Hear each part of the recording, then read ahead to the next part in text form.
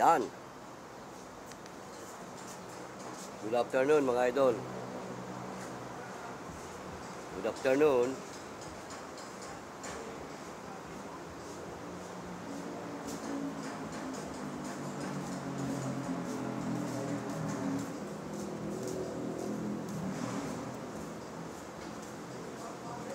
Eto na naman tayong muli mga idol ha. Salamat na marami at patuloy nyo akong sinasamahan sa ating video ito. At siyempre mga idol, tayo naman wala naman tayong ibang layunin kundi ang makapagbigay ng magandang impormasyon sa ating mga mamamayan, lalo na sa ating mga viewer at sa ating mga subscriber.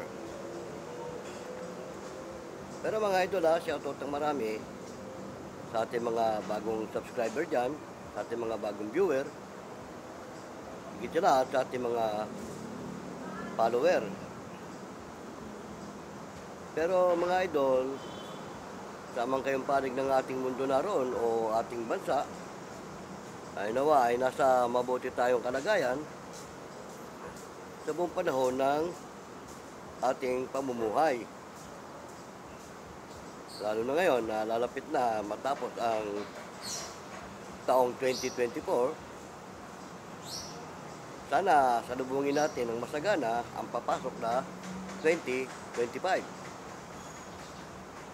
At gaya nga ng nabanggit ko doon sa una nating video, iwan na natin at ipabaon na natin sa lilipas na taon ang lahat ng masalimuot nating naging karanasan o naging pamumuhay para pagpasok ng 2025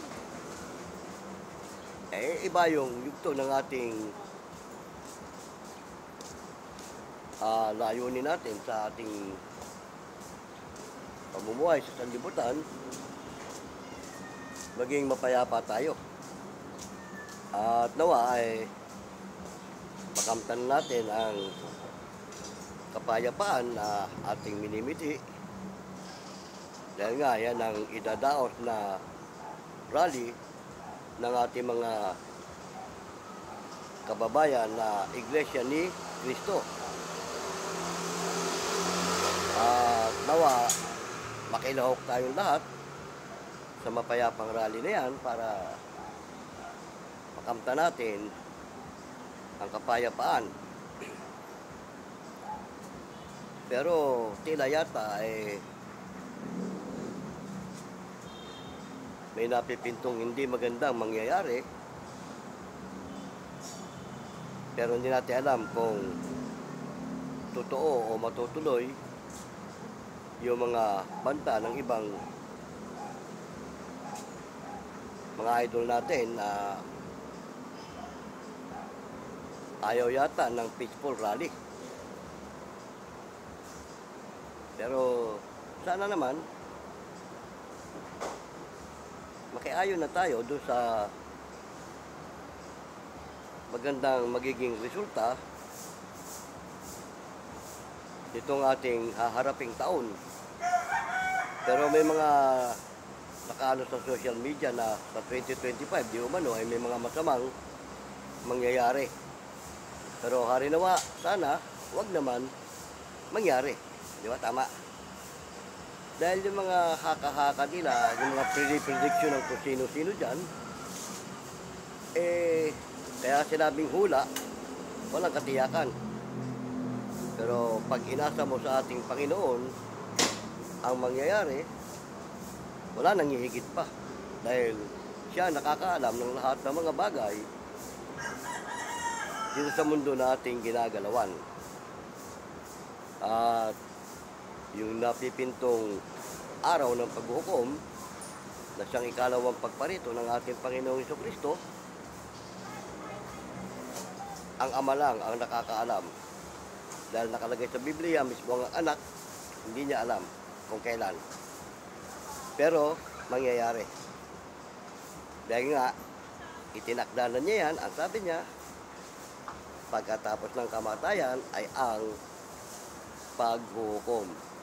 Ibig mo sabihin, mamamatay muna lahat ng tao bago maghukom. Hindi. Dahil may mga dadat ng buhay.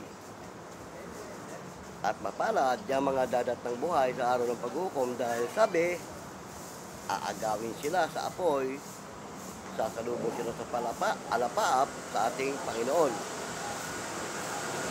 Kaya mapalad yung mga hilirang na yan na dadat na ng paghukom na buhay at sasalubong sa ating Panginoong Hesukristo. Kaya yung mga prediction nila dyan na kung ano-ano, ang Diyos lang nakakaalam yan. Sabagay, nakalagay rin sa Biblia na bago dumating ang araw ng paghukom, talagang dadaan tayo sa masalimuot na pangyayari. At ang nakalagay pa nga sa Bible, dadatnang nasa pakikipagbaka ang kanyang mga hinirang. Kaya yung mga hinirang ng ating Panginoong Diyos, manda kayo dahil nakatakda kayo sa pakikipagbaka. Ngayon, doon sa mga taga-sanlibutan na walang alam doon sa mangyayari, yan ang mga mabubulaga sa araw na yun. Oo, kasi sabi nga, kung kailan nagkakasiyahan ng mga tao, nandyan ang kanyang pagparito. Kung paano, sabi niya, na ang isang magnanakaw ay wala nakakaalam kung kailan darating, ganon ang ikalawang pagparito ng ating Panginoon, Hesukristo. Walang nakakaalam. Siya mismo hindi niya alam kung kailan siya isusugo ng Ama para muling bumalik. Dahil, ang sabi sa Biblia, kahit ang mga anghel sa langit, ang kanyang anak, wala nakakaalam. Siya lang. Kaya, mga idol, yung inaantay nating araw ng paghukom, siya nakakaalam. Hindi tayo. Mabubulagan na lang ang lahat kapag nangyari yan. At tandaan nyo mga idol, nabanggit ko na sa una kong video, ang gagamitin ng Ama sa araw ng paghukom, apoy, ang paglipol sa lahat ng taong masama. Dahil kung nakaraan, ginamit yan tubig, alam niyang lalaganap ang karunungan at katalinuhan ng tao, hindi na niya gagamitin yon. Sa apoy, kahit gaano ka katalino, kahit gaano ka kagaling, kahit ano pa, nalalaman mo, hindi ka makakaligtas. Dahil wala kang pwede pagtaguan sa apoy. Dahil ang sabi nga, ang sangkalangitan ay mapupugnaw sa matinding init. At ang lahat ng gawang nasa lupa ay pawang masusunog. Gaano man katindi ang inimbento ng tao na siya nang gagamitin para makaligtas sa araw na yon, ang sabi, lahat ng gawang nasa lupa ay pawang masusunog. Kaya hindi pwede pang hawakan yan ng ating mga dalubhasa, mga scientists, kung sino pa man ang nais mag-invento ng gagamitin nila bilang pananggalang. Wala. Kasi hindi tayo higit sa kapangyarihan ng ating Panginoong Diyos. Tandaan nyo yan mga idol. Gaano man katalino ang isang tao, dahil sinabi na ng Diyos yan, lalaganap ang karunungan, ang katalinuhan, pero walang makakaligtas sa araw na yon, maliban sa kanyang mga hinirang. Yan mga idol. Kaya ito, napagkukwentuhan natin, napag-uusapan natin, ito ay nakatakda na sa ayaw natin sa gusto. Kaya anumang kaguluhan ang nagaganap dito sa ating mundo, huwag niyong katakutan yan. Bakit? Hindi yan ang nakakatakot. Ang nakakatakot, yung ikalawang pagparito ng ating Panginoong Hesukristo. Pero doon sa mga hinirang niya, hindi sila natatakot yan. Sa halip, magsasaya pa sila. Sabi nga sa Biblia kasi, mga galak na kayo. Kapagkat dumating na ang inyong kaligtasan. Baliktad nga ang sanlibutan, malulungkot, matatakot, magpapanik. Pero yung mga hinirang, ang sabi, mga galak. kayo. Sapagkat nasa inyo na ang kagantihan, ang kaligtasan. Ganun mga idol, kaya mapalad ka kung kasama ka sa hinirang na pinagsabihang mag-alak. Pero kung hindi ka kasama sa mga hinirang, mga idol, totoong nakakatakot ang araw ng paghuhukom. At yan ang hindi napaghahandaan ng marami. Oo. Pero yung mga hinirang ng ating Panginoon Diyos, nakahanda, yan ang pinaghahandaan nila, bukod sa ibang bagay. Oo. Dahil dyan sila hinubog. Dyan sila hinubog ng ating Panginoong Diyos at ng ating Panginoong Kristo. Yung kanyang mga tapat na hinirang. Dahil sabi nga, ang sangkalangitan sa pamamagitan ng gayon ding salita ay iniingatan talaga sa apoy na itinataan sa araw ng paghuhukom. Kaya sa ayaw natin sa gusto, mangyayari yan. Sawing palad ang mga hindi kasama sa hinirang na maliligtas. Bagay nakalagay sa Biblia, gabuhagi sa dagat ang hindi maliligtas. Oo. Kaya doon sa mga hinirang, mapalad. Sila ang sasalubong sa Panginoon, datnan man silang buhay. Aagawin sila sa apoy. At yung mga namatay na hinirang, muling bubuhayin. Kasama ng mga buhay na dadatnan, sasalubong sa Panginoon.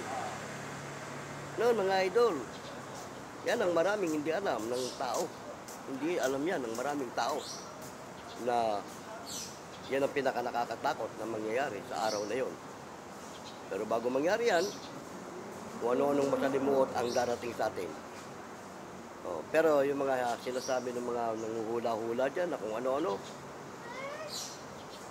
ang tunay na hinirang hindi naniniwala dyan dahil ang Diyos lang ang nakakaalam kung ano talaga ang mangyayari. Yan. Nakita nyo mga idol, may yosi na naman ako pero hindi ko sisindihan. Kasi nga, may nag-comment sa akin na nakakailang daw. Hindi maganda. Salamat ko sa nag-comment, ha. Idol, salamat sa paalala mo. Kasi, may time talaga mga idol na ako'y naduduwal kaya gusto kong magyosi. Pero, pigilin muna natin habang tayo nandito sa harap ng camera. Di ba? Tama. Kaya nga mga idol, pagkukwentuhan lang naman natin yung mangyayari. Ganun. Kasi kung nangangamba tayo sa mga ibang kaganapan na mangyayari, normal yun. Pero ang higit natin pangambahan, yung sinabi ng ating Panginoon, na darating ang wakas. Isang kakilakilabot na wakas na naghihintay sa mga tao sa araw ng paghuhukom. Wawakasan niya ang buong sanlibutan. Sabi niya, sa kakilakilabot na apoy ng kanyang panibugo, nalilipog sa lahat ng taong masama.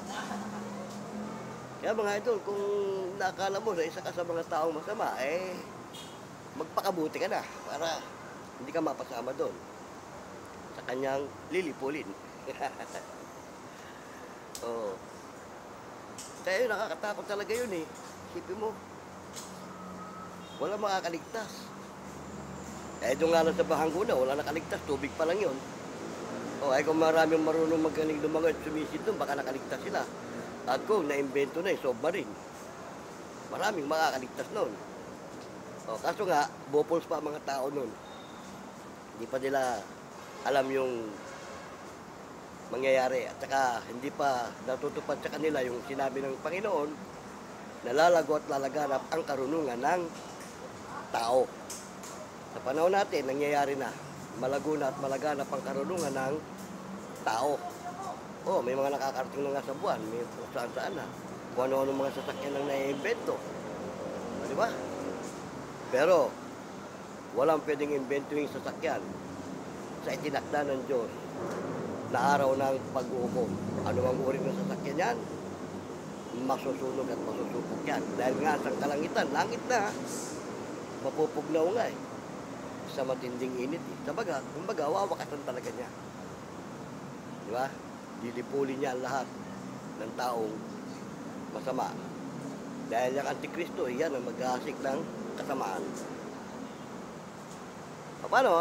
May sandali lang naman tayong ating kwentuhan na to. Salamat ng marami. Sinamahan niyo ako. Napagkwentuhan lang naman natin yung mangyayari sa araw ng kawakasan. Kasi marami nangangamba dito sa sabing taon 2025 ay may mga masamang mangyayari. Kung matutuloy man yun, baka isa na rin yan sa palatandaan na ibinigay na malapit na talaga ang wakas. Di ba? Tama mga idol? Okay na, Ito po mula inyong lingkod, si Boyet ng Vlogs TV. Kung meron kayong mga nais i-comment o nais talakayin, lagay nyo lang sa comment section. Kung may mga katanungan kayo, lagay nyo lang din dyan para matalakay natin sa mga susunod pang video. Medyo dumidilim na, sumasama ang panahon mga idol. Nandito tayo sa labas. Maraming salamat sa inyo.